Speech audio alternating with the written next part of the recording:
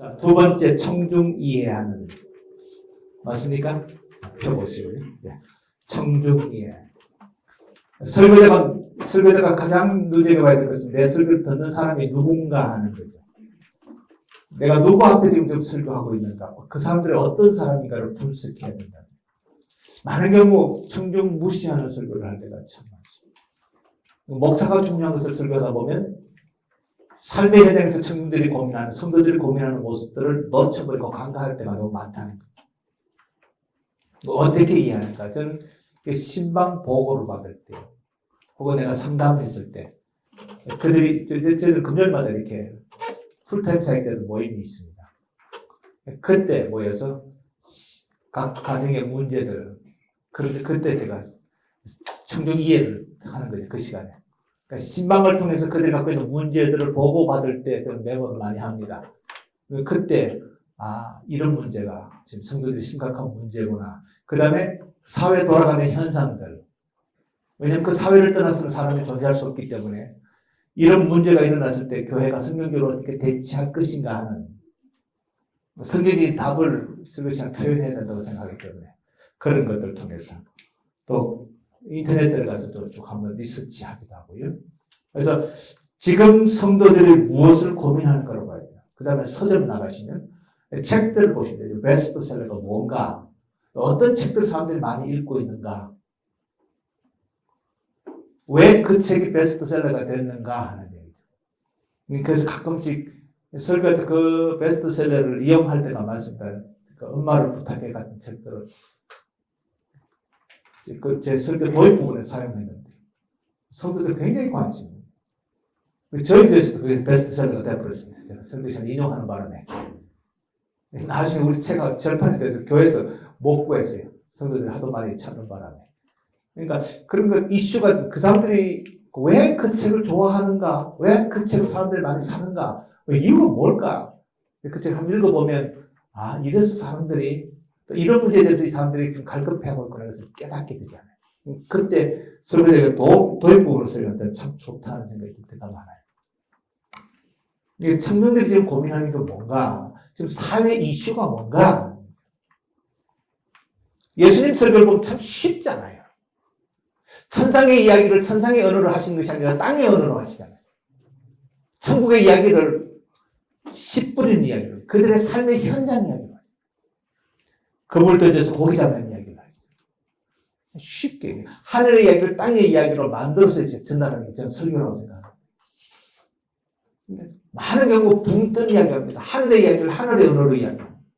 땅과 너무 분리된 이야기를 합니다. 그래서 성도들의 가슴에 와닿지가 않는다는 게 문제예요. 그러니까 여러분, 청중들이 지금 뭘 고민하고 있을까? 저 사람들이 일주일 내내 삶의 현장에서 무엇 때문에 힘들어할까? 그렇다면 과연 성경은 그들에 대해서 뭐라고 답하라고 말씀하고 있는가? 하는 그 고민들이 오늘 우리의 깊은 고민이 되어야 된다는 거예요. 조금 빠르게 넘어갈게요. 세 번째 이제 설교 이제 작성하는데요. 저는 설교에서 가장 중요한 부분은 서론이라고 생각합니다. 서론. 서론이 되면 이미 다 된다고 생각합니다. 물론 여러분이 본문을 뭘 잡느냐 하는 것은 여러분이 많은 묵상 가운데 준비되어야 될 겁니다. 그리고 성도들이 고민하는 문제들, 탑픽을 만드는 것이 굉장히 중요한데, 지금 이들이 고민하는 것들을 계속 탑픽을 만들어 보십시오. 그 탑픽 가운데 여러분 뽑아셔서 설교를 하셔도 되고, 아니면 그것을 시리즈로 만들어서 하셔도 되고, 보통 시리즈 짧게 하면 6주, 길게 하면 8주 시리즈를 가거든요. 시리즈 할 때 의외로 반응이 좋습니다. 제가 해본 경험으로는 시리즈 설교할 때는 미리 사전에 광고를 합니다. 주보 같은 데서는. 교회 밝은데 신문 같은 데는 광고하면 더 효과적입니다. 심지어 어떤 분들 그 시리즈 때문에 딴 데 못 가고, 그 연장하고 시리즈 끝날까지 자기는 다티로 연장하고 시리즈를 들었다는 이야기도 하거든요. 그 시리즈가 참 중요한 것 같아요. 왜냐면 삶의 현장에서 문제가 너무 많기 때문에 이 시리즈 설교가 맞지 않는가 생각합니다. 미국 목회자들도 시리즈를 굉장히 많이 합니다. 그래서 어떤 데는 인터넷 들어가서 류계론 목사님이나 이게 다양한 목사님들이 시리즈를 어떤 종류 하는가 이렇게 제목만 한번 봐요. 삶은 거기서 거기거든요. 그래서 그 많이 제가 따기도 합니다. 지금 미국은 이게 이슈가 돼요. 이슈가 되지 않는 것은 그 사람들이 시리즈를 쓰지 않으니까요. 그래서 그걸 들어가서 인터넷 들어가서 따오기도 합니다. 이런 문제. 본문만 내가 바꾸면 되니까요. 문제는 의식은 내가 동일하게 갖고 올 수 있으니까. 그러니까 그렇게 인터넷 들어가서도 보기도 하고요. 제가 아주 존경하는 목사님들 몇 분들 들어가서 제가 확인해보고, 이분들은 요즘 이런 시리즈. 그거 보면요, 미국 목회자들은 시리즈 할 때 그 홈피에 들어가면 홈피에 미리 광고 계속 나옵니다. 지금 뭔 시리즈 한다고. 그래, 시리즈에 맞는 그 디자인도 하고요. 굉장히 그 활발하게 홍보하는 것을 보여요. 심지어 미국 사회는 이미 그 참 문화가 돼 있어 그런지 몰라도 그들의 이야기에 의하면 시리즈 할 때는 동네 사람들한테 아예 이렇게 엽서를 만들어서 뿌린답니다. 그러면 교회는 안 다니는데도 그 시리즈 듣기 위해서 오는 사람들이 있다고 해요. 미국 사회에서는. 우리는 거기까지는 발전하지 않았지만 성도들은 어떤 시리즈에 대해서 관심이 많아요. 이번에 저거 내가 옛날 고민했는데 지금 내가 고민하고 있는데 저 문제를 가지고 우리 목사님 시리즈를 설교하네. 그리고 관심 있게 들으시죠. 그리고 시리즈 설교할 때 준비하기가 좀 편해요. 이미 본문이 정해져 있고 주제가 정해져 있기 때문에 설교 준비하는 데 상당히 편합니다. 네, 그 모든 것을 베이스를 깔고 이제 서론 문제가 저는 가장 중요하다고 생각합니다. 아마 여러분의 의견하고 제 의견이 다를 수가 있습니다. 오해 없이 들으시기 바랍니다. 9시 뉴스가 보통 30분이 주 뉴스가 나옵니다. 9시 땡 하고 30분까지가 중요 뉴스가 나오고 조금 지나면 스포츠 뉴스가 나오는데요. 9시 뉴스를 분석해 보니까 사람들이 9시 뉴스가 끝난 다음에 그 내용의 몇 분을 기억하느냐. 심리학자들 의논하면 5분입니다. 5분. 5분 양을 분량만큼 기억하는 것이 제일 많이 기억한다고 해요. 여러분, 설교에서 서론은 아무리 강조해도 지나치지 않을 만큼 중요합니다.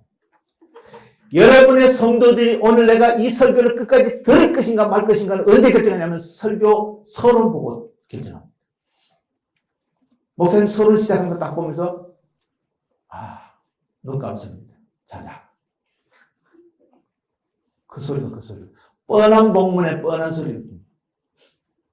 신앙생활 30년, 40년 한 사람들. 본문 딱 보면 이것도 오늘 무슨 설교 하시겠다. 더군다나 한 개 오래 계시면 거의 쪽지게처럼 맞추세요. 그럼 서론 딱 들어보면 눈 감아버립니다. 그럼 그분은 그걸로 끝입니다. 눈 감게 하면 안 됩니다. 그 서론이 좌우할 만큼 중요합니다. 다양한 모습으로 써집니다. 그러니까 서론의 가장 중요한 목적은 뭡니까? 본론에 가기 위한 거죠. 본론을 가기 위한 도구입니다. 본론.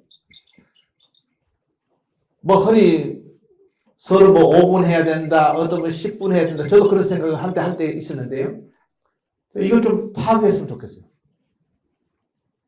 제 어떤 설교는요, 25분 설교 가운데 20분이 서론이고 5분에 본론하고 끝날 때가 있습니다. 왜냐하면 본론이 이해가 안 되면 서론이 길어집니다. 본론을 드러내기 위해서 서론을 도구로 쓰는 것이지 형식적으로 이렇게 지나가는 것은 아닙니다. 그래서 어떤 때는 거의 4분의 3이 서론일 때가 있습니다. 그리고 마지막에 그래서 오늘 본문에 이 말씀이 나오십니다. 그래서 우리는 이렇게 살아야 된다고 결론 내리고 끝날 때가 있습니다. 서론이 그만큼 소중합니다. 저는 설교에서 서론이 작성되면 설교 준비는 거의 끝났다고 생각할 만큼 서론을 중요하게 생각합니다. 서론 준비하는 게 너무너무 힘들어요. 여기에 많은 묵상이 있고요. 그러니까 본문이 말씀하고자 하는 그 골자에 대한 100% 이해가 있어야 서론이 풍성해지기 시작합니다. 그 서론을, 그 본론을 어떻게 하면 잘 드러낼까? 오늘 이 성경이 이 본문에서 드러내고 싶은 그 미닝을 가장 잘 드러내기 위해서 내가 설명하는 거잖아요. 천국을 이야기하시려고 주님은 씨 뿌린 비유를 다 일일이 그 삶의 이야기를 하잖아요. 그 씨 뿌린 비유가 어떤 면에서 그 예화이자 서론이거든요. 그리고는 천상으로 끌고 올라가는 사람들은. 그래서 천국은 이런 곳이라는 것을 가르치기 때문에 그래서 우리가 어떻게 이 땅에서 천국의 삶을 살아야 되는지 이야기하잖아요. 그러니까 주님의 설교는 놀라워요. 탁월해요. 그 사람들을 끌고 가는데 당신의 본론의 말씀까지 끌고 가는 힘이 놀라워요. 저는 그 힘이 서론에서 나와야 된다고 생각합니다. 어떤 데는 예화로 시작할 수도 있고요. 어떤 데는 여러분 책을 읽었던 어떤 논리를 가지고 설명하면서 서론을 끌고 갈 수도 있고요. 이건 다양하고 영상을 사용할 수도 있고요. 지난주에는 하나님의 신실함에 대해서 창세기 7장을 설교하면서 서론을 제 아내가 며칠 전에 이렇게 제 핸드폰에 문자를 보내준 게 있어요. 재밌는 유머라고 자기 혼자 읽기는 너무 아깝다고 남편을 팝니다.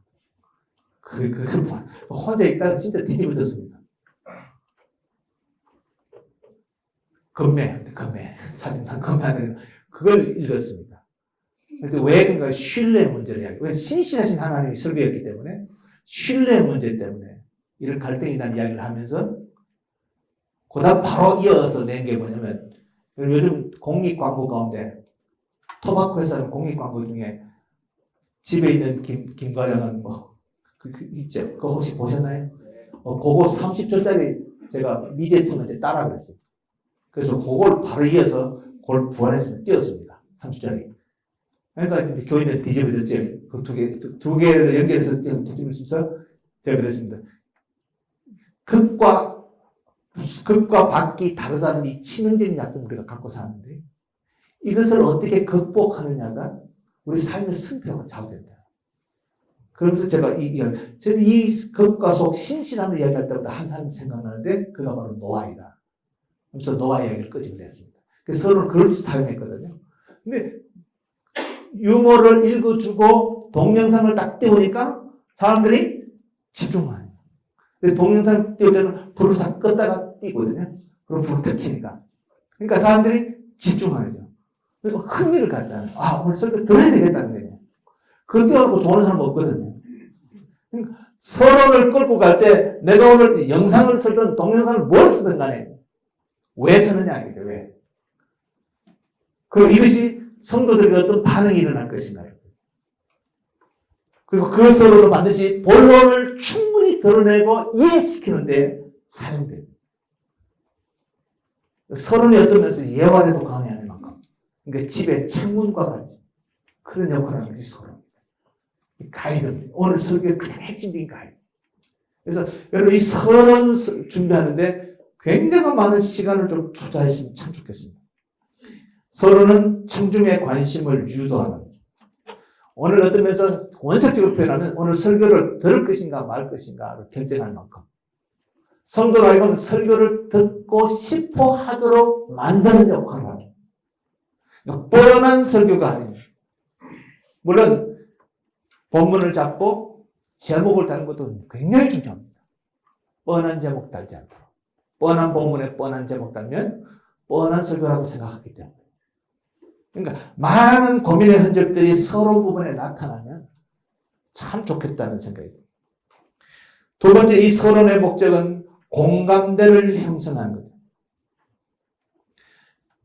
사람들은 갑작스러운 변화에 적응을 못합니다.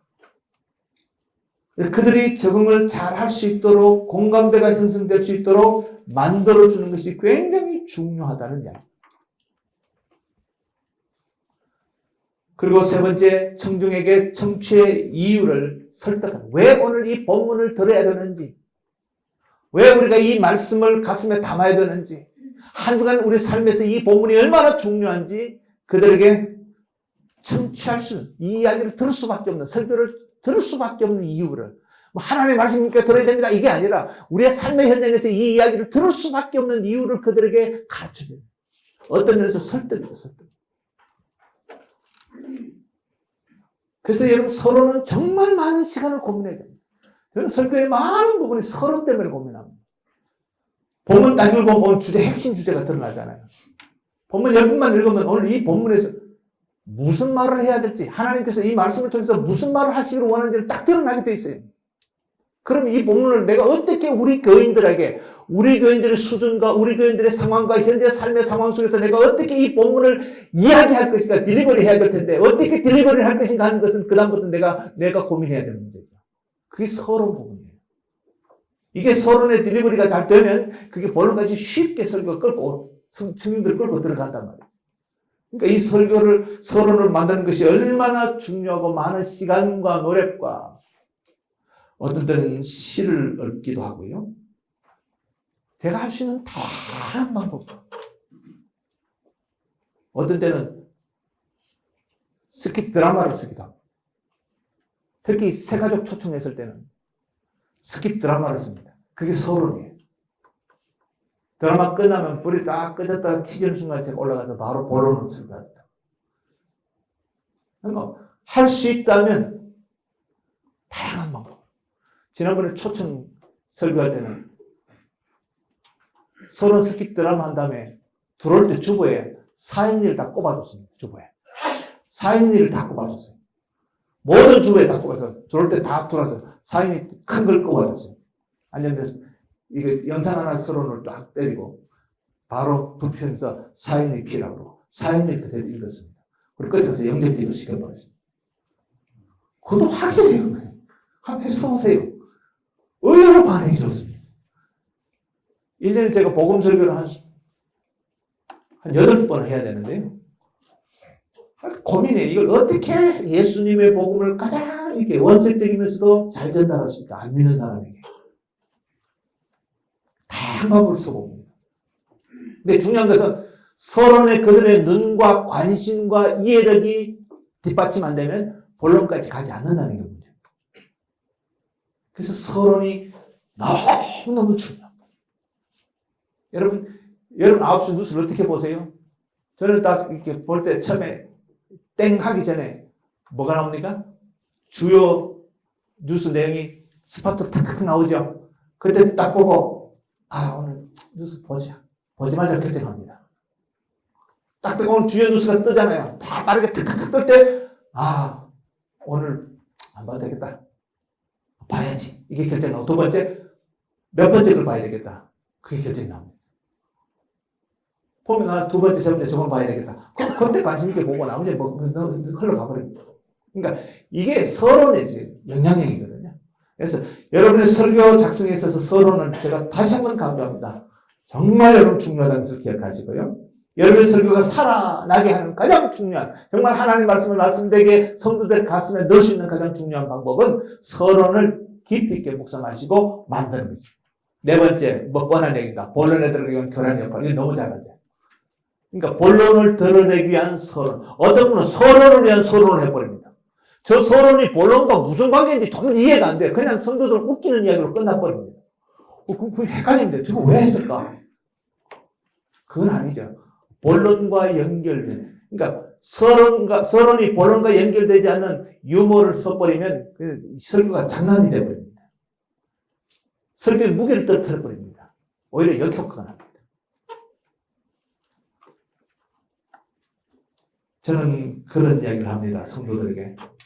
본문 읽어놓고 본문에 없는 주제를 이야기하면 듣지 마라.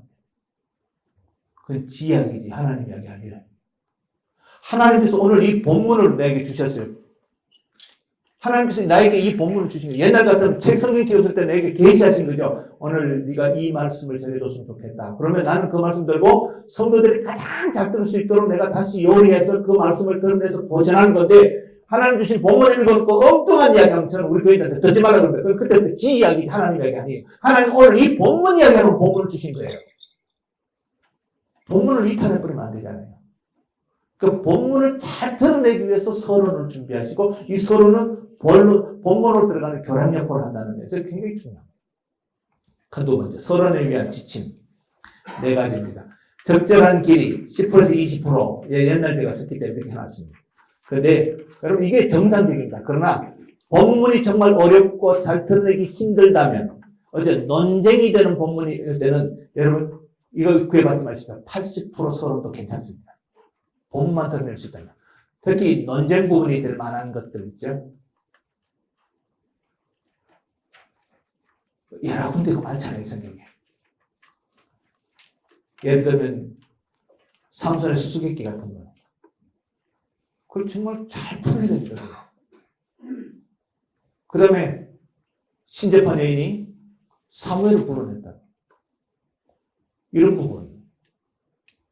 그럼 심각하게 그걸 다루려면 정말 심각하게 이해하시고 서로를 충분히 설명해서 그 부분을 이해할 수 있도록 잘못하면 큰 오해가 될 수 있는 부분들이 많습니다.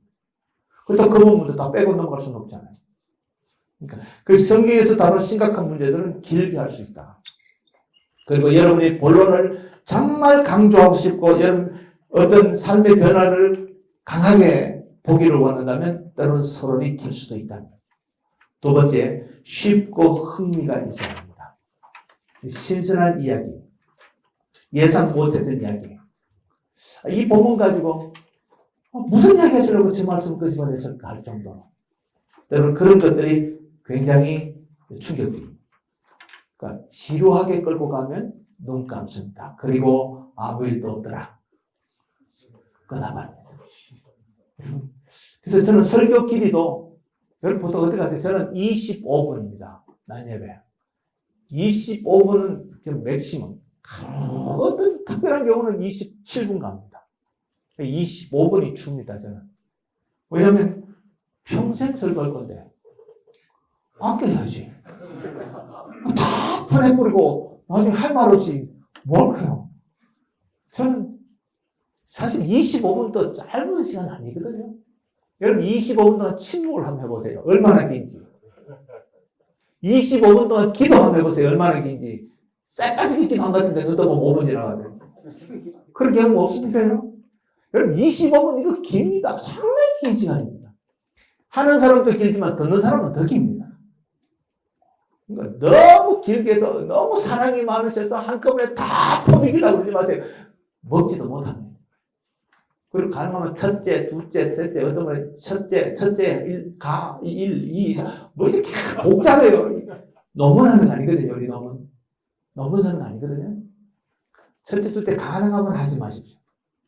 그 핵심된 내용 하나를 성경 본문 가지고 거기에 맞춰서 이렇게 끌고 가야지. 그래서 그 하나가 드러나야지 첫째, 둘째, 셋째 성도들 기억 못합니다. 특히 현대인들은. 기억 안 해줍니다. 해주면 참 고맙겠는데 안 해줍니다. 식상합니다, 그게.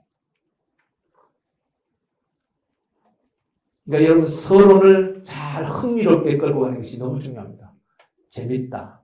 아, 들을 만하다. 저게 의미 있다. 아, 내가 고민했던 문제다. 이런 반응이 일어날 수 있도록 여러분 서론을 끌고 가는 것이 굉장히 중요합니다. 세 번째 분명히 해야 하고 한 가지 집중할 수 있도록 네 번째 본론과 연결되도록 자연스럽게 하는 것이 중요하다. 그래서 서론을 참 소중하게 해요. 제가 지난번에도 한번 그런 시범을 보였습니다만 요한복음 5장 1절에서 9절 말씀 가지고 제가 지난번에 한번 시범을 보였습니다만 그 서론 부분을 제가 이렇게 끌고 갔습니다. 한번 해봅시다. 요한복음 5장 한번 펴봅시다. 제가 하는 서론하고 여러분 서론하고 한번 비교해 보시죠. 요한복음 5장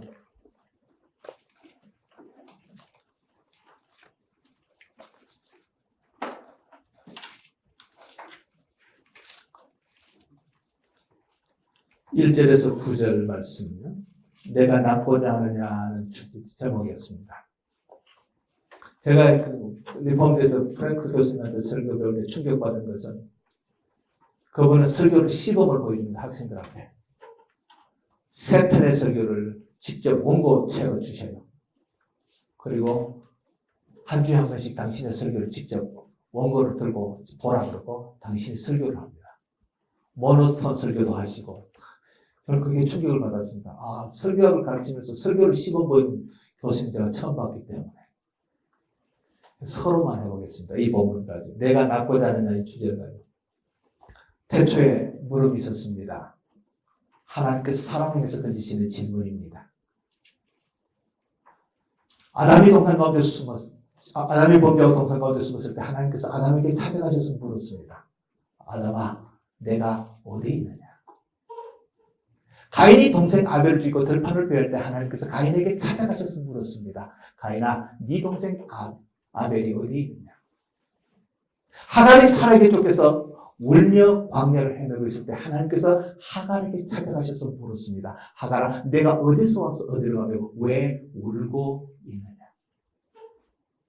우리가 알고 있는 구약 성경에는 하나님께서 인간에게서 던지는 질문들이 굉장히 많이 나옵니다.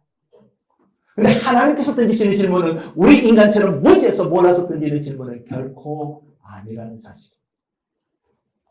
아담이 범죄에서 동산 가운데 숨은 것을 모르셔서 주님께서 숨바꼭질라도 그의 이름을 부르는 것이 아니고요. 가인이 동생 아벨을 죽인 것을 몰라서 하나님께서 가인에게 네 동생 아벨을 함께 찾아보자고 그게 협조 요청하는 질문이 아니라는 말씀. 하나님의 질문은 우리 인생 존재 자체를 향하신, 우리의 실존을 향하신 질문입니다. 저희 교육자들 1년에 2차례씩 교육자 세미나를 갑니다. 한 번은 강원도로 갔는데 밤새도록 회의 한다면 아침 일찍 일어났습니다.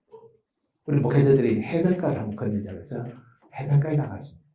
근데 마침 그때 멸치생인지 잘 모르겠습니다. 멸치생 같은 작은 물고기가 파도에 떠밀려서 문태 올라왔습니다. 모래사장에 올라온 그 멸치새끼가 살고 싶어서 펄떡펄떡 뛰는데 머리부터 발끝까지 꽁지까지 온몸에 모래를 칠까봐 뛰면 뛸수록 마치 튀김옷 입듯이 완전히 머리로 뒤집어졌습니다. 지친 이 물고기가 툭 떨어지더니 눈을 뻐끔뻐끔하고 숨을 몰아가지고 있습니다. 마침 제가 그때 지나가다 그 멸치에게 물어봤습니다. 멸치야, 내가 어디에 있느냐? 제가 멸치의 위치를 몰라서 던진 질문은 결코 아닙니다. 너는 물고기로서 물속에서 유유히 헤엄치고 사는데 왜 네가 있지만 못해 올라와서 그렇게 살고 싶어서 벌떡벌떡 뛰고 있느냐는 그의 존재를 향해서 던진 질문입니다. 지금 여러분이 저를 보고 계신다는 목사로서 이문이라는 사람이 가짜입니다. 제가 이 자리에 설 때 목사라는 거북더기라도 딱딱한 직분의 틀로 완전 무장하고 이 자리에 서 있습니다. 가짜입니다. 근데 제 집에 가면 남편으로서 이문이, 우리 어머니의 아들로서 이문이, 제 새 아이의 아버지로서 이문의 모습을 봅니다. 아마 가정에서 제 모습은 우리 교인들이 알면 기절초풍할 겁니다. 그런데 그것도 가짜입니다. 제 아내가 모르는 내가 있습니다. 내 아이들이 모르는 내가 있습니다. 나를 낳아주신 내 어머니가 모르는 내가 있습니다. 나만이 아는 내가 있습니다. 하나님만이 아시는 내가 있습니다. 그것을 실존이라고 합니다. 하나님께서 우리 인생에서 질문을 던지실 때 목사, 장로, 권사, 집사 껍데기를 향해서 던진 질문이 아니라 인간 이 문희를 향해서 던지는 질문이라는 말씀입니다. 이 하나님의 질문이 신약시대 예수 그리스도 안에 들어오면 구원의 초청으로 승화됩니다. 예수님의 일대기를 기록하신 마태, 마가, 누가, 요한복음을 보면 예수님께서 우리 인생에서 던진 질문들이 굉장히 많이 나옵니다. 저는 오늘 그 가운데 하나, 베데스다에 못 가 있는 38년 된 병자에게 던지시는 예수님의 질문, 내가 낫고자 하느냐? 이 말씀 가지고 함께 은혜를 나누기를 원합니다. 여기까지 서론입니다. 그러니까 여러분 서론을 어떻게 만드시는지 몰라도 이 본문을 지금 내가 낫고자 하느냐니 질문이기 때문에 저는 질문으로 서론을 만들었습니다. 아니면 현재 삶의 이슈 있으면 이슈를 향해서 던지는 질문하든지. 자주 그런 것들을 가지고 서론을 특히 아까 소개했던 사랑이 이긴다는 그 책 보면 그분은 정말 성도들이 고민하는 기독교의 많은 교리들을 계속 질문을 던집니다. 서로. 끝없는 질문을 던집니다. 그러면 그 질문을 자기 논리로 이끌어갑니다. 그것도 굉장히 중요한 방법 중에 하나라고 생각합니다. 그러니까 여러분 나름대로 서론을 어떻게 만들어가느냐 하는 것은 여러분의 본론을 어떻게 이끌어가느냐의 핵심적인 이야기이기 때문에 너무너무 소중하다는 이야기를 지금 다시 한번 강조합니다. 그 다음에요, 우리 좀 넘어갑시다. 본론으로 넘어가 봅시다. 본론은 더 이상 제가 무슨 말씀 필요하겠어요?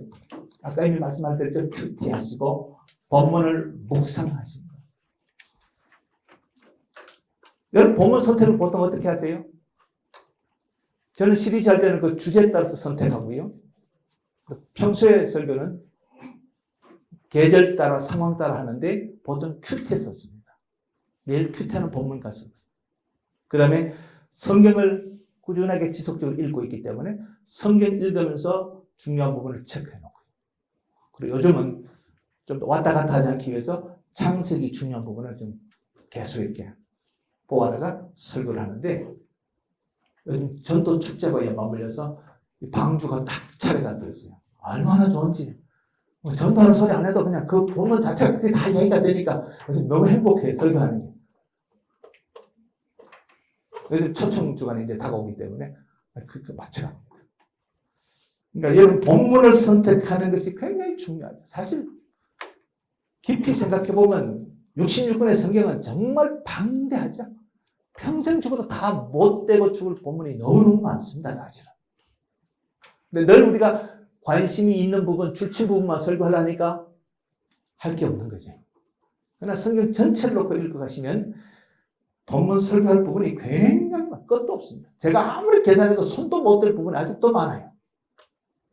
제 마지막 소원은 이제 은퇴하기 직전에 이제 한 턴만 더 은퇴하기로 제가 마음속으로 작정했고 그 앞에 선포해버렸기 때문에 마지막 하고 싶은 설교는 아가서입니다. 아가서를 지금 하려니까 조금 더 젊은 것 같아요. 조금 더 나이 들어서 정말 아가서를 제 생애 마지막 설교를 아가서 강의를 한번 하고 끝냈으면 좋겠다. 오래전부터 아가서를 제가 공부했고 읽어왔는데 아직 설교로는 아직도 부담이 돼요. 원색적인 이야기도 많이 해야 되기 때문에. 그래서 은퇴하기 전에 마지막 제가 아가서를 한번 정말 강론 한번 해보고 끝내보는 게. 그래서 아가서는 지금 아직 놔뒀어요. 그래서 아직 손 안 댄 부분이 굉장히 많습니다. 제가 21년을 이 교회에서 했는데도 불구하고 손 안 댄 부분이 너무너무 많아요, 지금. 그러니까 여러분, 성경을 읽으시면 이 본문을 선택하지 못한다는 것은 아닌 것 같아요. 그러니까 이 본론을 아까 그랬죠? 첫째, 둘째, 셋째, 이런 논리로 안 갔으면 참 좋겠고요. 그런 논리에 의외로 성도들이 식상해 있다는 거죠. 오늘 주제가 사랑, 헌신, 순종, 우울증, 이렇게 한 주제가 정해지면 그 주제를 성경을 통해서 자꾸 설명해가면서 이끌어가도록, 본문을 가지고 자꾸 이끌어가도록 만들어서 그 주제만 분석하면 되지, 첫째, 둘째, 셋째는 안 가도 되지 않겠는가. 그런데 본문을 묵상해보면, 제가 지난 7장 1절에서 12절까지 본문 가지고 지난주에 설교했는데, 그게 신실함에 대해서 다 막혀 떠있지. 본문은 다 신실함에 대해서 이야기하고 있다는 거예요. 그러니까 그 본문을 얼마나 여러분이 읽고 묵상하느냐에 따라서 굉장히 여러분의 설교의 질과 양이 달라지고요. 그 다음 서론을 어떻게 이끌어내야 돼서 본론이 얼마나 잘 드러났냐가 다 결론이 나게 됐습니다. 그리고 마지막 결론은 개인적인 적용이 가능하도록 적극적인 희망이나 삶의 변화를 촉구하는데 마지막에 꼭 결단 기도를 좀 하시는 게 참 좋겠다고 저는 생각합니다. 그 마지막 결론도 처음 지금까지 했던 이야기들을 반복해서 하지 마시고요. 그럼 또 뻔한 얘기를 또 반복하니까 그다음부터 귀를 닫아. 그리고 어떤 분은 이제 말씀을 정리하겠습니다. 이러면 이미 성경이 다 닫아버립니다. 그거 안 하셔도 돼요. 안 하셔도 돼요. 꼭 결론 내리겠습니다. 이러지 마시고요. 그냥 자연스럽게 물 흘러가듯이 서론인지 본론인지 결론인지 성도들은 구별 못하도록 그냥 흘러가야 돼요. 물 흐르듯이. 쭉 한 테마로 그냥 쭉 흘러가 버려야 돼요. 하면서 끝에 가서는 정리할 때 다시 지금까지 했던 걸 리마인딩 하지 마시고 거기에 맞는 예를 하나 딱 들으면 아주 좋고요. 거기에 맞는 예를 들으면 그럼 100%입니다. 아니면 좋은 유명하신 분들 말을 인용을 하든지. 자, 가능하면 간단하게 하고 그리고 결단의 기도를 하는 것이 좋다고 생각합니다. 결단의 기도를. 그런데 초신자들이 있으니까 너무 이렇게 귀신자들이 있는 철학기도 하듯이 그렇게는 하지 마시고 간절하면 소리 지른다고 간절한 게 아니고 정말 내 마음속으로도 간절하게 기도할 수 있으니까 간절하게 기도할 수 있도록 유도하면서 저희들은 끝나면서 바로 뭐 하냐면 그 결단송을 부른다. 찬양을. 같이 부를 때가 있고 특성한 사람들이 나와서 부를 때가 있고 결단송을 부르면서 헌금을 하게 되어 있습니다. 그러니까 저희들 예배 프로그램이 이렇습니다. 처음에 우리 찬양 사역자가 팀하고 나오죠. 예배 사역은 찬양 사역자만 합니다. 누구도 못 합니다. 찬양 사역자가 시작합니다. 이제 부서마다 예배 순서 조금씩 예배 드리는 게 다른데 이 찬양 사역자가 이렇게 서고 신앙 고백 시키고 아니면 늘 주제 찬양 첫 번째 하는 찬양이 있습니다. 그 찬양을 하면서 교제하면서 앉습니다. 앉으면서 바로 찬양 계속합니다. 세 곡 합니다.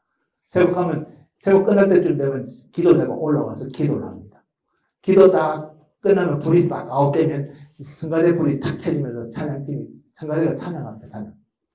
찬양하면서 그 불이 딱 아웃되면 바로 이게 영상 광고가 나옵니다. 저희들은 목사가 광고하는 게 아니고 영상 광고로 나갑니다. 바로 영상 광고로 때리면 사람들이 집중합니다. 다 불이 아웃되고 영상만 또 탁 켜지니까 영상 광고가 나옵니다. 그 영상 광고 딱 끝나면 제가 끝날 때쯤 되면 제가 올라갑니다. 올라가면 불이 딱 켜지면 제가 설교가 바로 시작됩니다. 설교 끝날 때쯤 되면 이제 결단 기도하고 결단 기도할 때 찬양팀이 올라와서 결단 송을 같이 부르면서 헌금위원들이 자연스럽게 일어나서 헌금을 돌립니다. 그럼 마지막 이제 결단송의 마지막 부분 되면 헌금이 다 안청이 다 끝나면 마지막 그 결단 후렴쯤 오게 되어 있습니다. 그러면 다 같이 일어나라고 합니다. 일어나면서 헌금위원들 앞으로 쭉 나와서 이렇게 섭니다. 양쪽 서면서 결단송 마지막으로 전체 같이 부릅니다. 부르면 그 자리에서 제가 헌금 기도하고 축복하고 예배가 다 끝나버립니다. 이게 딱 한 시간이 딱 끝납니다. 그러니까 물 흐르듯이 이렇게 흘러갑니다. 그 예배, 우리 교회 은퇴하신 목사님들 저 많이 나오시는데, 한번 첫 소감이 예배가 군더더기가 없어서 좋다. 깨끗해서 좋다는 소리를 많이 합니다. 30대, 40대가 좋아합니다. 제가 봐도 깨끗한 것 같아요, 예배가. 뭐 쓸데없게 중간에 뭐 사족이 달고 뭐 이런 게 없습니다. 그냥 설교도 25분. 그냥 딱 항상 양이 떨어져. 제가 이 원고가 A5인가 B5인가요? 그게 8페이지에서 9페이지입니다. 이거보다 더 좀 빡빡하게 쳐서 8페이지에서 9페이지입니다. 그걸 25분이면 딱 끝납니다. 그거 외우면. 연습을 하면 됩니다. 뒤번 연습까지 어떻게 하는지 제 경험을 말씀드리겠습니다. 그래서 결혼까지 가서 결혼 딱 끝나고 여운이 광고를 가능하면 제가 뒤에도 해보고 앞에도 해봤는데 광고는 미리 앞으로 당기고 그것도 영상으로 하는 게 훨씬 좋고요. 반응이 어차피 광고를 이 구두로 한다고 알아듣는 것도 아니고 영상으로 한다고 알아듣는 거 아니에요. 전화 올 사람은 여전히 전화 오니까 아무리 이야기해도 그냥 지나가면 돼. 그냥 지나가고 설교 결론 내리면서 기도하고 결단송하고 헌금하면서 바로 축도하고 딱 나가면 여운을 갖고 나가요. 하나님 말씀에 대한 여운을 갖고 나가요. 그게 참 좋다. 저는. 그리고 예화 부분. 여러분 경험한 예화가 제일 좋습니다. 삶의 예화다. 그러니까 너무 사적인 이야기는 안 하시면 좋겠고. 대부분 목사님들의 예화는 아이들 이야기잖아요. 근데 너무 원색적으로 해버리면 아이들이 상처를 받습니다. 교인들이 듣고 가만히 있는 게 아니고 우리 아이가 지나가면 야, 니 어제 그랬다면서 또 한마디 해요 또. 그럼 아이가 와요. 아빠! 또 설교시는 무슨 얘기 했어 또. 우리 또 너뚱이를 나누니까 이게 귀엽잖아요. 누나들 다 시집 가는데 이게 너뚱이 중학교 다니는데 이게 늦게 노니까 이게 예쁘니까 이게 노는 게 다 예화다. 이게. 그 어느 날 애가 충격받은 것 같아서, 이게 참 안 돼, 참. 근데 좀 조심스러운 것은 내가 경험한 것이 제일 좋고요. 그 다음에 책을 통해서 본 것이 참 무난해요. 좋아요. 책을 통해서. 특히 인문학에 관한 책들을 읽으시면, 요즘 나오는 인문학에 관한 책들을 읽으시면 많은 것을 얻을 수가 있습니다. 저는 그런 책들도 많이 읽습니다. 그 다음에 제가 독서하는 10권 중에 7권은 일반 서적이고 3권이 기독교 서적입니다. 주로 일반 서적이 있습니다. 특히 경영학, 리더십, 인문학 책은 거의 다 읽습니다. 그 다음에 가끔씩 하는 소설들. 아주 유명한 소설들은 거의 다 읽습니다. 소설을 좀 읽으면 말이 좀 부드러워지고 글을 쓰는데 좀 많이 도움이 됩니다. 같은 내용을 소설가들 풀어내는 것이 좀 달라요, 보면. 어휘력이 다르더라고요. 그래서 그 부분은 제가 그것 때문에 소설을 종종 자주 읽습니다. 이상문학집이나 이런 것들은 새로 나올 때마다 거의 읽으려고 애를 씁니다. 그래서 예화는 생생하면 좋고 사실이면 더 좋고 그다음 기사 스크랩북을 잘 해놓으시면 요즘 컴퓨터가 워낙 잘 되고 옛날에 저는 컴퓨터 그렇게 안 됐을 때는 바인더를 만들어서 주제별로 쫙 꼽아놨는데 요즘 이제 그런 게 필요 없어졌잖아요. 그리고 체크를 잘 하십시오. 했던 것도 써먹지 않도록. 체크를 잘 하십시오. 반복하는 건 다들 지겨운 겁니다. 저는 가능하면 설교도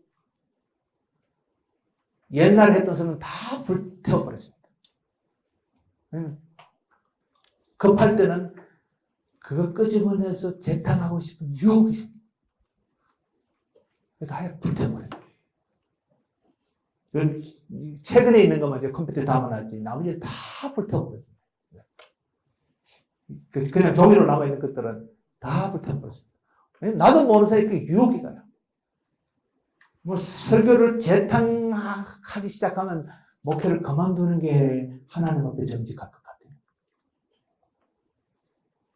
근데 그 유혹이 있습니다. 근데 재탕하고 싶은 유혹이 있으면 정말 그거 이겨야 됩니다. 그거 못 이기면 정말 그만두는 게 나아요. 저는 개인적으로 그렇게 생각합니다. 같은 본문을 설교해도 전에 걸 안 보고 본문을 다시 묵상하면 이미 적용 포인트가 시대가 달라졌기 때문에 다른 설교가 나올 수밖에 없습니다. 서로 또 달라질 수밖에 없습니다. 정직하게 말씀드리면. 근데 그 유혹이 있습니다. 그래서 그 유혹을 이기셔야 돼요. 그리고 차를 타고 가시든지 뭘 운동을 하시든지 뭐 할 때 보는 건 다 삶의 이야기입니다. 그거 다 나의 예화입니다. 그거 다 그 사람의 이야기가 내 이야기고 다 삶의 이야기들입니다. 그래서 어떤 면에서 저는 여행을 많이 하시라고 이야기합니다. 책 몇 권 읽는 것보다 여행 한번 하는 것이 훨씬 낫다고 생각합니다. 많은 것을 배우게 됩니다. 저는 안식년 때 정말 예옥거리를 많이 했습니다. 저는 교회 부임할 때 우리 장로님들이 저를 초청할 때 조건을 달았습니다. 6년 지나면 1년은 안식년 주실 것. 저희 가족 1년 동안 완전히 쉬게 해줄 것. 두 번째, 장로님들 나하고 성경 공부하실 것. 2개 허락하면 제가 부임하고 하지만 부임하지 않겠다고 했어요. 이거 무조건 하겠다 그랬어요. 저는 6년 딱 끝나는 날 바로 보따리 서서 가족들 캐나다로 가버렸어요. 그 다음부터 이야기했습니다. 더 좋은 사람이 있으면 모시라고. 오라 하지 않으면 제가 오지 않겠다. 그걸 떠났습니다.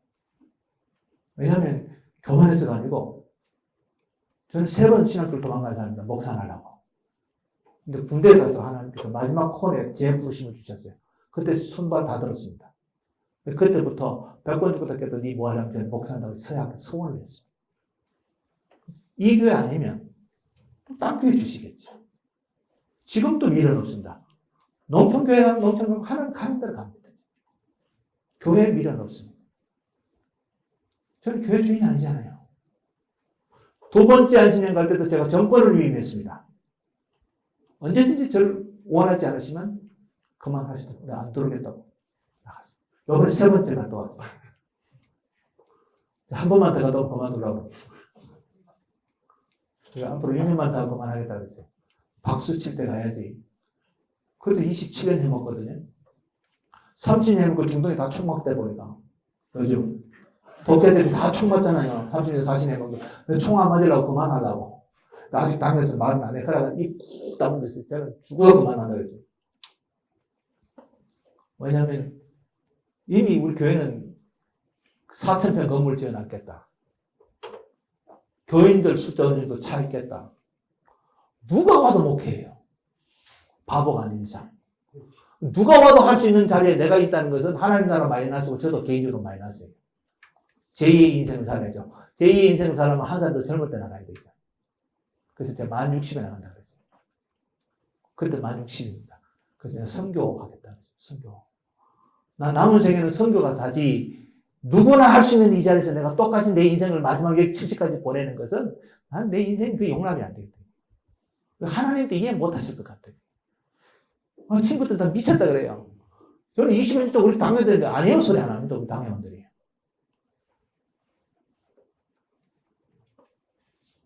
한 번도 아니에요 소리 안 합니다. 지금까지. 사람이 많이 죽겠다.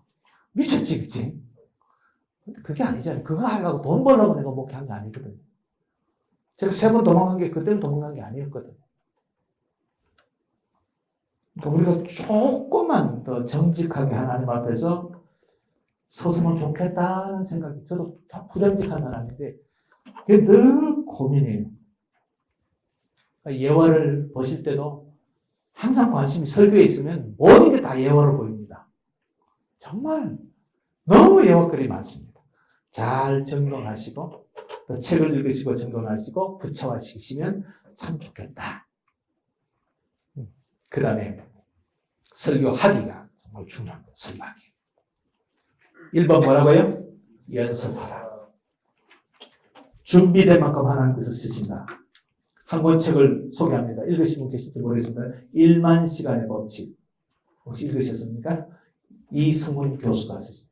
기자가 썼습니다. 1만 시간의 법칙. 여러분 자녀들에게도 꼭 읽으십시오. 이상훈이군요. 매일신문 기자, 매일경제신문 기자입니다. 이번에 책 읽고 제가 굉장히 충격을 받았습니다. 이번은 크찬인지 아닌지 모르겠습니다. 그리고 이번은 우리 목회자들이나 크찬들 위해서 쓴 책이 아니기 때문에 이 책을요. 성공의 논리를 가지고 이 이야기를 하고 있습니다. 성공에는 세 가지 요소가 있다는 지원, 우리 말은 환경입니다. 두 번째는 운이 따라야 됩니다. 세 번째는 노력입니다. 이 노력은 1만 시간을 해야 된다. 1만 시간은 뭐냐면 하루에 3시간씩 10년을 합니다. 1만 시간. 그러면 도 같은 거 아닙니다. 저는 이 말에 지금 굉장히 충격을 받았습니다. 우리는 하나님 계시잖아요. 우리 은사 받았잖아요. 목회자 은사 받았잖아요. 운을 우리 거는 대입합니다. 우리는 은사 받았고 부르심을 받았고 콜링이 있고 하나님께서 우리를 불러주셨어요. 목회자로. 지원은 환경이죠. 우리 환경이 다 돼 있잖아요. 신학교에서 배웠고 기도해 주는 사람이 있고 나머지는 뭐예요?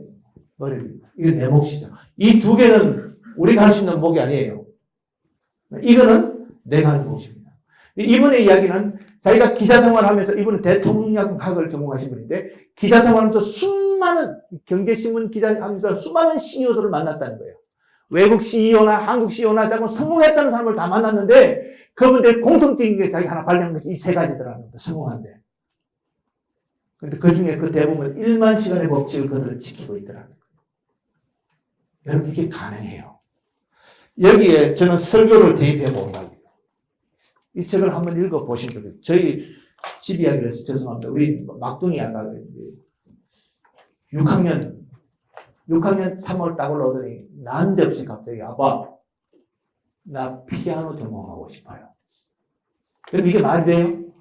바이엘도 안 쳐본 놈이 머스마가 6학년 갑자기 피아노를 전공하고 싶다는 게 말이 되느냐고 여러분. 그래서 우리 친한 음대 교수들한테 전화를 했어요. 우리 막둥이가 갑자기 피아노 하자는데 그 언제부터 피아노 아니 지금 6학년 올라왔는데 갑자기 피아노 전공하는데 말려요. 도시락 사도록 말려요. 안 돼요. 교수마다 다 말리래요. 왜 그러니까 피아노 5살 때부터 쳐야 된대요. 근데 이러면 죽어도 한다는 거예요. 근데 제 친한 교수님 그래요. 목사님 사춘기 보내는데 악기 하나 다루면 정서적으로 좋으니까 그 차원에서 가르치래요. 그래서 마치 국민대 음대 교수님을 누구 소개받아서 그 보냈어요. 우리 집에서 전철을 2번 타고 가야 돼요. 가려면. 일주일에 한 번씩 가는 거예요. 이놈이 끈기가 없는 놈인데 이것만은 주로 귀찮게 가요. 그러니까 바이엘 체린이 아예 쳐본 적 없으니까 아예 곡부터 시작해서 치기 시작해요. 근데 이놈이 끝까지 포기를 안 해요. 중학교 들어갔는데 이제 중학교 1학년 들어갔는데 포기를 안 해요. 1학기 다 끝쳐가는데 야 이제 포기하나 이러니까 안 한대요. 도대체 진짜 너 전공하고 싶으니까 예. 피아노로 밥 먹고 피아노로 살고 싶대요. 됐다 그럼 보따리 사라. 미국 가라. 여기서 네가 안 되니까 미국 가라. 갈래. 가겠대요. 그래서 LA 보냈습니다. 혼자 자취시켰습니다. 쌩 고생을 했죠. 돈이 있었죠. 그래서 줄리아드 나온 교수님을 만났습니다. 그래서 그분한테 일주일에 한 번씩 피아노 레슨 받겠습니다. 갔더니 애가 보니까 체렌도 칠 때도 없고 바이엘도 칠 때도 없는데 사람이 많아서 안 맡아주는데 이렇게 한번 테스트 해보니까 이게 감정적으로 뭔가 은사가 있는 것 같아요. 그 차이니까 목사야, 설교사야 되니까 그분이 이 은사가 있는 것 같으니까 내가 가르쳐 보겠다. 6개월을요, 도레미파솔라시도 6개월을 가르칩니다. 곡 한 곡도 안 주고 6개월만 도레미. 근데 이놈이 끝까지 안 지겹다니까 안 지겹대요. 도레미파를 6개월 배우고 그 다음에 곡을 주더라고요. 근데 마침 그때 미국 집회를 갔어요. 뉴욕 집회 갔다가 예고가 있다는 사실을 알았습니다. 보스턴에 유명한 미국의 최초의 예고가 있는데 NEC라고 뉴 잉글랜드 컨설버터리의 그 대학의 예비학교가 하나 있다는 거예요. 갔어요. 가서 어드미션 담당자한테 받았을 거예요. 입학 원서를 다 받았습니다. 돌아왔어요. 곡을 4곡을 쳐야 돼. 시대별로 4곡을 쳐야 된대요. 그래서 애 데리고 그 레슨 교수 팀한테 가서 보여줬어요. 이 아이를 6개월 남았는데 이 아이를 여기 넣고 싶다. 이 사람이 저를 이상하게 쳐다보더라고요. 근데 이게 얘 실력이 지금 5입니다. 근데 이 학교로 가려면 20곡을 치려면 10이 돼야 됩니다. 근데 6개월 남았는데 얘를 이렇게 어떻게 끌고 가냐고. 자기는 못한다는 거예요. 제가 그랬어요. 못해도 괜찮으니까 100까지 해보자 그랬어요. 당신이 이 4곡을 지도만 해주라고 했어요. 그럼 마침 그때 제가 안심해냈습니다. 제가 딱 대고 내 할래 안 할래 한대. 그럼 아빠 시킨 대로 하겠냐 하겠대. 그 1만 시간의 법칙을 이용했습니다. 그래서 걔를요 아침에 딱 일어나면 피아노에 딱 앉혔습니다. 점심 때까지 피아노 쳤습니다. 그 다음에 점심 먹여놓고 좀 쉬었다가 2시부터 또 앉혔습니다. 저녁 먹을 때까지. 그 다음 저녁 먹고 치면 옆집에서 컴플레인 들어와요. 그래서 옆에 후배가 담임하는 교회 본당 빌려달라니까 빌려주겠대요. 딱 그 차에 싣고 끌고 갔습니다. 밤 11시까지 치죠. 그 집에 데리고 와서 재우고 주일날만 신발 신는 거예요. 그걸 6개월 딱 했어요. 그 곡을 소화했어요. 시험 쳤어요. 이번에 합격했어요. 1만 시간의 법칙이 되더라고요. 제가 지금 무슨 이야기 하냐면 설교의 연습이 그만큼 중요하다는 이야기를 지금 제가 해드리고 싶어서 이야기하는 겁니다. 설교를 준비해놓고 연습 여러분 얼마 하세요? 안 해요, 대부분. 그리고 원고 올라갑니다. 저 원고 들고 올라가는 거 반대하지 않습니다. 그러나 연습 없이 올라갑니다. 많은 경우. 코박고 봅니다. 잘 들으십시오. 설교는 귀로 듣는 것이 아닙니다. 눈으로 듣습니다. 성도들, 이 목회자들이 착각하는 것은 설교를 성도들이 귀로 듣는다고 착각합니다. 아닙니다. 설교를 눈으로 듣습니다. 여러분 드라마를 눈으로 봅니까? 듣습니까? 아니면 귀로 듣습니까? 눈으로 듣습니다. 눈 감고 드라마 보신 분 보셨어요? 아니잖아요. 설교는 눈으로 듣지 귀로 듣지 않습니다. 눈으로 듣기 때문에 원고에 코박으면 안 듣습니다. 눈 감아버립니다. 여러분 대사 외울 때 어떻게 외우는 거 보셨어요? 걔들은 그래도 나아요. NG 내면 다시 하면 되니까. 우리는 NG도 없어. 바로 해야 돼. 그렇죠? 그러니까 그 사람 대사 외울 때 그렇게 수고하는 몇 배를 우리는 원고 외울 때 해야 된다는 거죠. 연습을 하셔야 돼요. 그래서 눈과 눈을 보면서 설교가 진행돼야 된다는 거예요. 물론 가끔씩 볼 수도 있어요. 그러나 거반 대부분 거의 90%는 내가 외워서 한다는 수준에서 연습하지 않으면 여러분이 준비한 그 설교를 여러분 가슴에 담았다가 다시 꺼지면서 설교할 수 있는, 그래서 그 심금을 울릴 수 있는 설교가 되지 않는다는 것. 저는 빠르면 월요일 저는 늦으면 화요일 날부터 설교 준비합니다. 개인적인 이야기입니다. 목요일 날 되면 거의 탈고가 끝납니다. 그럼 그래 해야 금요일 아침에 공까지를 만들어서 인쇄소에 넘겨야 됩니다. 인쇄팀에.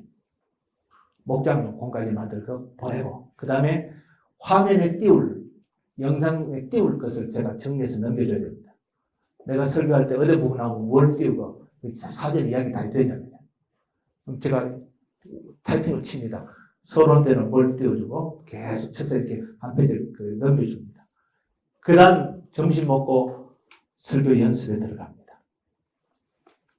제 서재가 있는 책이 성도라고 생각하고 설교를 시작합니다. 하다 보면 고칠 때가, 제가 원고는요, 주일날 딱 들고 올라갈 때 원고는 반 걸레가 되어 있습니다. 이게 칼막 불합니다. 이게 음성 높일 때 체크하고 이거 엉망입니다. 이렇게. 그러니까 연습을 하는데 토요일 날 하루 종일 연습하죠. 다 외울 때까지. 지금은 그렇게 못합니다. 옛날 이 교회 짓기 전에는요, 토요일 날 오후에 교회 나가요. 그리고 본당문을 다 끌어잡아 버리고 마이크 틀어놓고 본당문을 다 끌어잡고 나가라 그래요. 그리고 오후에 마이크 앞에 서서 강대상에서 아직도 연습합니다. 그 저녁에 잘 때 원고를 머리맡에 올려놓고 잡니다. 아침에 일찍 일어나서 다시 원고를 눈 비비면서 원고 또 다시 자면서도 원고를 외웠는가 안 외웠는가 검사하면서 잡니다. 서론, 본론, 결론, 그 이야기다 무슨 얘기. 이거 하다가 나도 모르게 잠을 자요. 그리고 아침에 일어나면 이 원고거든요. 원고 읽다가 집사님이 아침밥을 막 이렇게 간단하게 합니다. 제가 늘 먹는 게 있어요. 그 할 때까지 앉아서 또 원고를 계속 있습니다. 그리고 밥 먹고 딱 가방 들고 1시간 전에 교회 와서 다시 원고를 또 다시 체크합니다. 빠진 부분이 있는가. 특히 체크할 때 단어를 자꾸 바꾸습니다. 내 입에서 이렇게 잘 붙어 나오는 단어로. 아무리 그 단어가 멋있어서 내 입에서 자꾸 걸리면 이거 돌려버립니다. 맞는 단어로 바꿉니다. 계속 단어를 바꿔서 제 입에서 그냥 매끄럽게 잘 나올 때까지 이렇게 연습합니다. 그리고 시간 딱 되면 올라가서 이제 설교를 하고 내려오면 또 실수한 게 있잖아요. 다시 또 원고 정리합니다. 다음 설교 시간까지. 그러니까 이게 대연습한 거죠. 그러고 올라가도 자신이 없어요. 그거 안 하면 저는 목회 못할 것 같아요. 저는 믿어요. 1만 시간의 법칙은 지금도 살아있다. 여러분, 1만 시간이 결코 쉽지 않습니다. 최소한 내가 할 수 있는 것은 해야 되지 않겠나. 그 다음에 이제 준비할 때 외모부터 시작해서 머리부터 외모부터 사람들에게 튀지 않도록 외모의 사람들이 뺏기지 않도록 그 다음 언어 사용하는 법 혼자서 바디랭귀지 제스처는 어떻게 할 것인지 혼자서 계속 연습하고 거울 앞에서도 연습하고 저는 부족하니까요. 저 원래 말 더듬이었습니다. 중학교 때까지. 말을 이렇게 잘 못했어요. 더듬더듬해서. 지금도 말 자신이 없어요. 근데 설교 시간에 저보고 말 더듬다고 하는 사람이 한 사람도 없습니다. 왜냐면 외워서 하기 때문에. 제가 극복한 것은 외우는 길밖에 없었어요. 전도사 때부터 외웠습니다. 외우는 길 외에는 내가 내 단점을 극복할 방법이 없더라고요. 지금도 어디 회의할 때 앞에 나가서 이야기하면 잘 못합니다. 그래서 아주 노예 가도 한 번도 이야기 안 합니다. 입 다물어요. 가만히 있으면 2등을 하니까. 안 해요. 왜? 자신이 없어요. 어떤 분도 나가서 회의 시간 막 논리적으로 이야기하는 거 보면 너무 부러워요. 저는 그거 못해요. 근데 설교는 해요. 내가 외우기 때문에. 내 설교를 내가 써서 내가 외우기 때문에. 그리고 내가 내 얘기를 내가 써서 내가 외우는 건 쉬워요. 남의 걸 외우는 게 힘들지 내 거 외우는 건 쉬워요. 이것도 버릇되면 쉽게 시간이 단축되면서 외워집니다. 여러분 부탁합니다. 여러분 정말 명설교자는 성도의 눈을 보고 설교하지 귀를 의식하면서 설교하지 않습니다. 그러니까 여러분이 얼마나 거기에 시간을 투자하느냐가 참 소중합니다. 저는 설교 준비하는 시간만큼 설교 연습이 중요하다고 생각하는 사람입니다. 제가 믿는 하나님은 내가 준비한 만큼 쓰시더라. 내가 완전히 외워서 내가 숙지하고 이해한 상태에서 강대상에 올라가면 내 몸이 굳지가 않고 부드러워져요. 자유로워져요. 마치 연극대사를 다 외운 배우가 무대 위에서 자연스럽게 연기가 나오듯이 내가 내 설교를 다 외운 상태에서 100% 이해하고 숙지한 상태에서 그래서 감정까지 다 이입된 상태에서 올라가면 너무너무 자연스러워요. 그리고 성도들의 얼굴이 눈이 다 읽혀져요. 이게 지금 저분이 무슨 생각하는지가 익혔네요. 근데 대충 준비해서 올라가면 정신없어요. 니도 모르고 나도 모르면서 이야기를 하는 거예요. 안 외우면 설교가 어려워져요. 예수님 설교는 쉬운데 그 설교를 가지고 진짜 어렵게 하시는 분들 많아요. 차라리 성경 읽는 게 훨씬 쉬워요, 설교보다. 왜냐면 자기가 이해 못하는 글을 어디서 어떻게 써놨는지. 사실 정신없는 이야기거든, 그게요. 성도들은 그런 걸 원하는 거 아니거든요. 여러분, 1만 시간의 법칙을 잘 기억하시고, 여러분이 할 수 있는 한 최선을 다해서. 특히 부교육자 때 설교 시간 준비할 게 어렵잖아요. 신방 뺑뺑 돌아가야 되고, 지금. 월요일이죠, 월요일. 월요일날요. 부교육 때는 월요일날, 그리고 토요일날 있잖아요. 가끔씩 돌아오는 설교 차례 죽 쓰지 마세요. 우리 교육자들한테 설교 못하면 안 뽑습니다. 설교 못하는 사람 안 뽑죠. 우리 부모들 다 설교 잘합니다. 제가 앉아서 들으면 은혜 받습니다. 저는 설교 못하는 부목사 안 뽑습니다. 목사 자격이 없다고 생각합니다. 최선 다해서 준비하라. 제가 늘 푸시하는 게 그래요. 야, 설교 최선 다해서 준비하라. 당직 때 혼자 교회 앉아서 뭐하냐, 설교 준비하지. 우리 돌아가면서 당직하거든요. 아무도 없잖아요. 교회 혼자 앉아서 설교 준비하지. 뭐하냐고, 그 시간에. 토요일 날 목사에 방망거리지만 자기는 뭐 설교할 일 없는데 그때 미리 준비해라, 목사가. 그때 준비해놓고 설교를 하시면 제가 그랬잖아요. 우리 교회 강도사 때 1년 있었습니다. 대학부 사역자 뽑는다 광고 났길래 제가 지원했습니다. 저는 대학부에 그때 미쳐 있었기 때문에. 그 큰 교회 대학교가 다 붕괴되어서 15명이 모여있더라고요. 맡아서 해래요. 그래서 1년 딱 했습니다. 안수받고 바로 떠났는데요. 담임 목사님 목회체라고 하고 너무 안 맞았어요.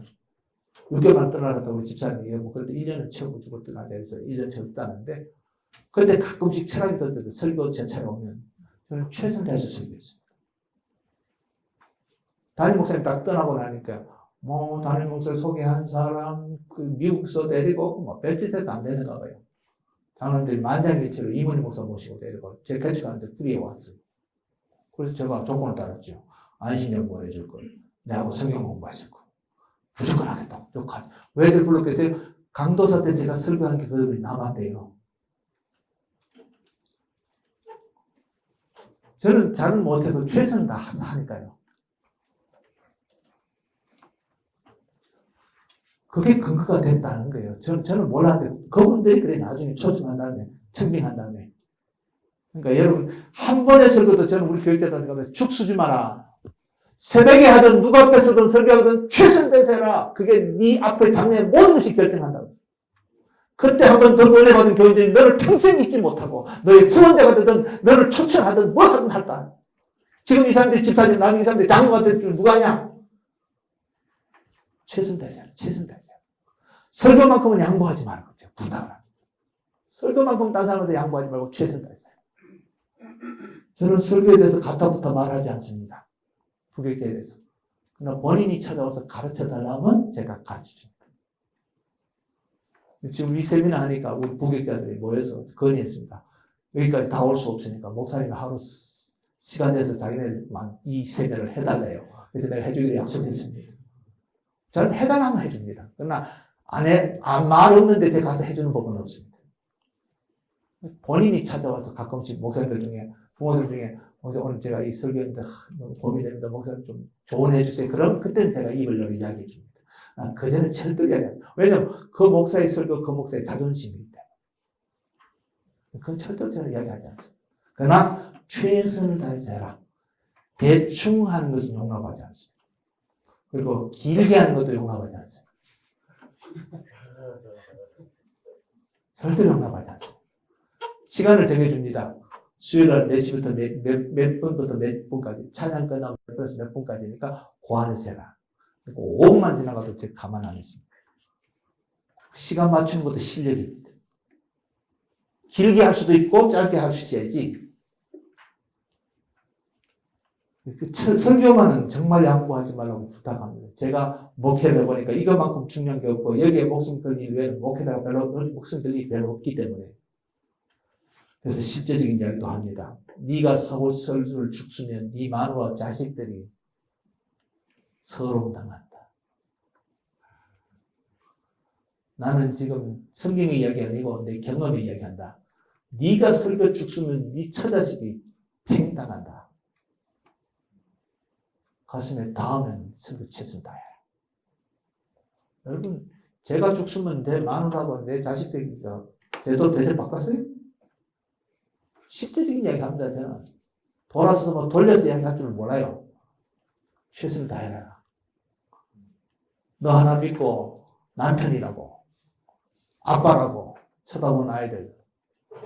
당신이 설교를 잘하면 교인들이 지나가도 한 번 더 머리 다 쓰다거든요. 은혜 받았다고. 아버지가 은혜 끼쳤는데 아들까지 제가 이렇게 봐요. 안 보는 척 하면서 봐요. 석을 죽으면 애들도 그냥 바로 그냥 지나가요. 애들이. 근데 그 부목사 설교를 잘했나는요. 애들한테 과자도 사주고 심지어 돈도 지어주는 사람이 있어요. 네, 그랬어요. 너희 눈에는 안 보여도 내 눈에는 보인다, 그게. 그런데 왜 최선을 다해서 안 하냐? 나를 뛰어넘어라.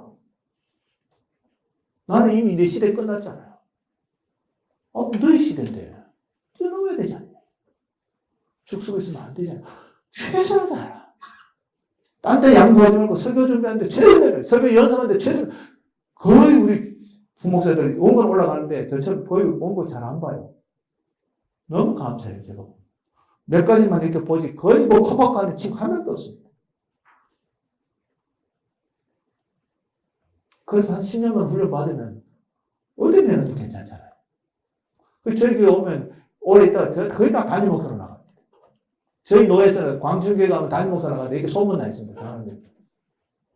왜 지금 다 나가 있어? 하니까요. 제 문제 나간 친구들 어떤 친구는 나보다 훨씬 잘합니다. 제가 볼 때 그 친구는 정말 아까워요. 너무 잘해요. 어떨 때 부러워요. 와, 잘한다, 저 친구. 그런 친구들 만날 때 좀 행복하죠. 행복하죠. 여러분, 연습입니다. 그 친구들 보면 거의 원고 올라가지만 거의 보지 않습니다. 외워서 올라가. 연습하니까 그렇게 표정도 자연스럽고, 모션도 자연스럽고, 전달하는 의감도 자연스럽고, 연습 안 되면 이미 교인들이 알아요. 왜냐면 워낙 많이 설교자를 대해봤기 때문에. 교인들이 더 잘 알아요.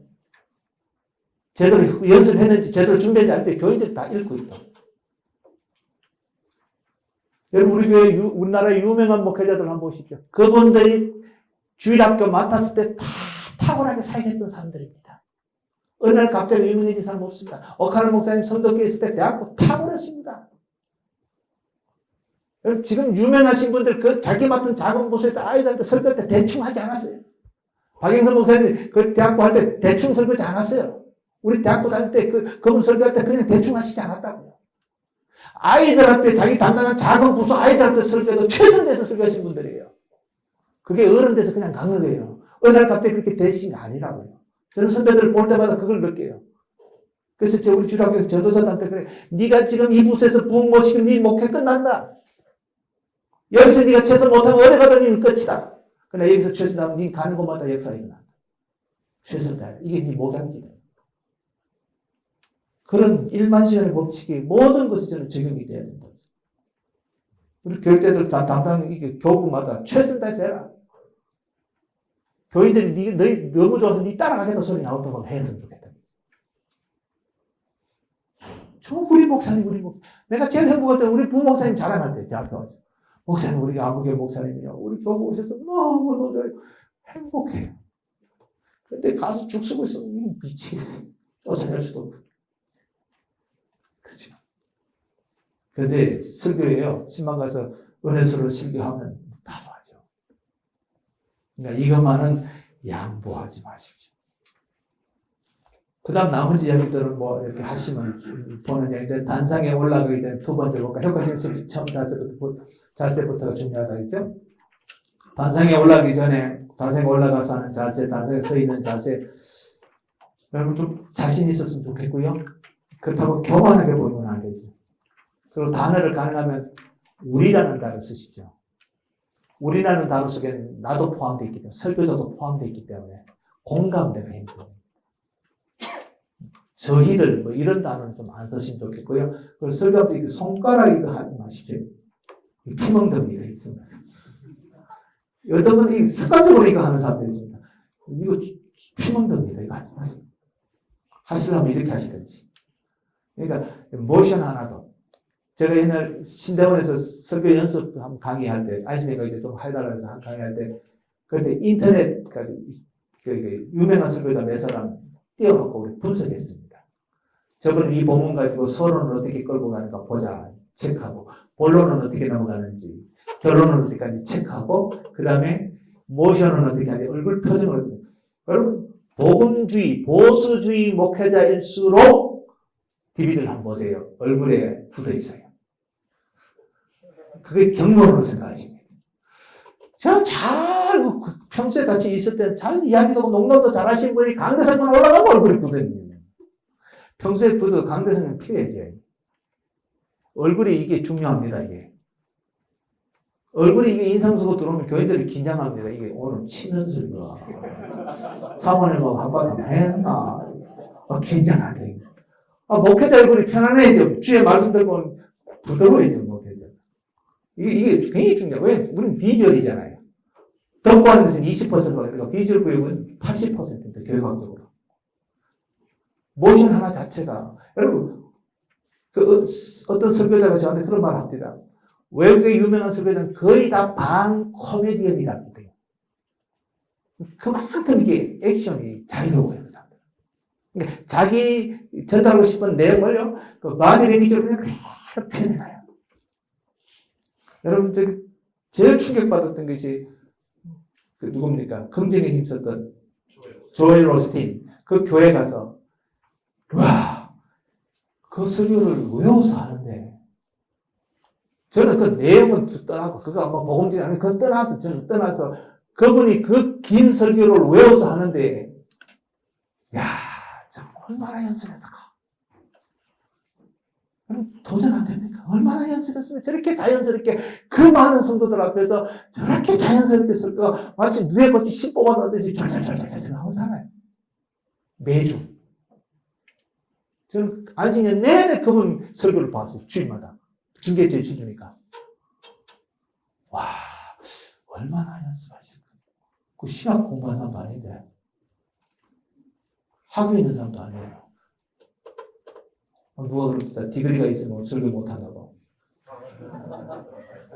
조엘 오스틴이 설교 잘하는 이유는 디그리가 없기 때문에. 신학을 공부하지 않기 때문에. 몇 가지 이야기 하는데. 사실 그걸 떠나서. 얼마나 연습했을까. 그치? 그거 도전 안 됩니까? 제가 전도사 때 첫 도전받은 것은 문선명이 설교집 보고. 여러분, 문선명이 설교집 한번 보셨나요? 사랑의 주제로 설교집을 냈는데 10편이 들어있는데 한 편이 보통 제 쓰는 원고의 3배예요. 그 내용 자체만 읽어보면 너무너무 아름다워요. 와, 물론 자기가 썼는지 참모 썼는지 모르겠습니다만은 그 설교 내용 하나만 보면 정말 아름다워요. 복음이 없어서 그렇지. 그러면서 도전받아. 야, 이단도 이렇게 준비하는데. 이단도 이렇게 준비하는데. 하나님의 복음 들고 대충 해서 되겠는가. 때로는 자체도 안 돼요. 막 넘어지고 쓰러지고 어떨 때 정말 설교하고 있어요. 올라갈 때 하나님, 아이고 오늘은 뭐 설교하고 제일 많이 기도하는 게 설교하고 내려올 때 뒤통수가 간지럽지 않게 해주세요. 제 기도입니다. 하나님, 교인들 뒤에서 욕하면 안 되죠. 하나님 말씀을 전했는데 내려오는데 뒤통수가 간지러워서 이렇게 내려오진 않게. 제가 우리 교회 21년, 설교한 지가 30년인데요. 주일날 설교 올라가게 된 다리가 달달달달달. 지금도 올라가면 뒤에서 달달달달. 두려워요. 정말 두려워요. 정말 두렵다고요. 그래서 빨리 목회 그만하고 싶어요. 설교가 너무 두려워서.